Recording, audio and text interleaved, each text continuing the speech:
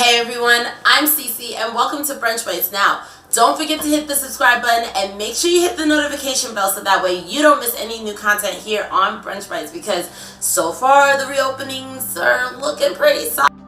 Hopefully we'll keep moving along in reopening phases and we'll be at somewhat normal living as far as back to brunch is concerned.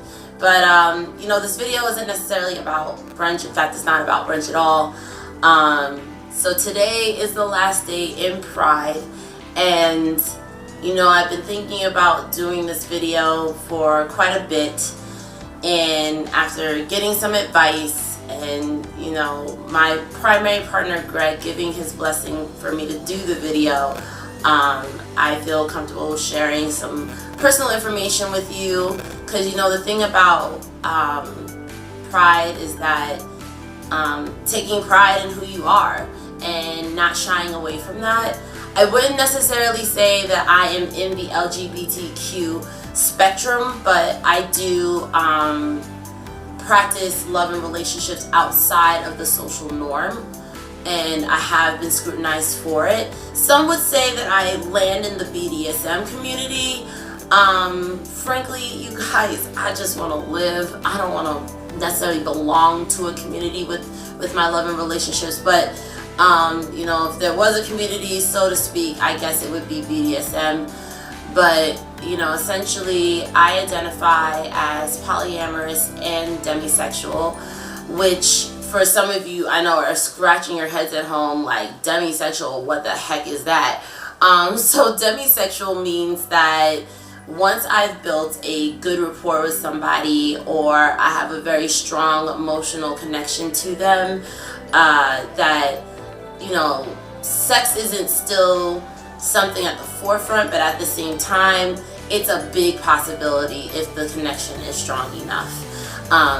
So sometimes my connections with men are very good rapports and strong, but I won't feel the need to have sex with them, and some of them I will feel the need to have sex with them.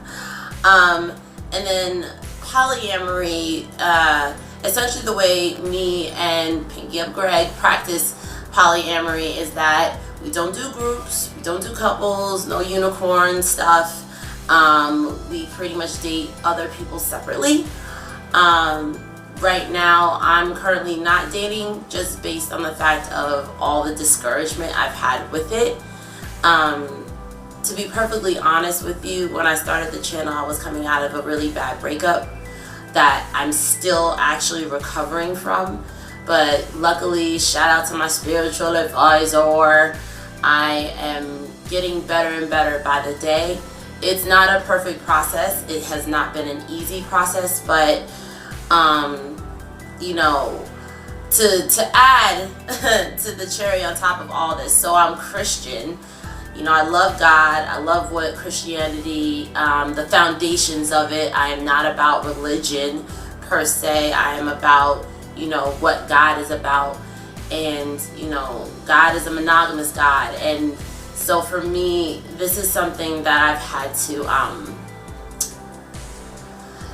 to learn to accept about myself for the time being, until, maybe I'll change.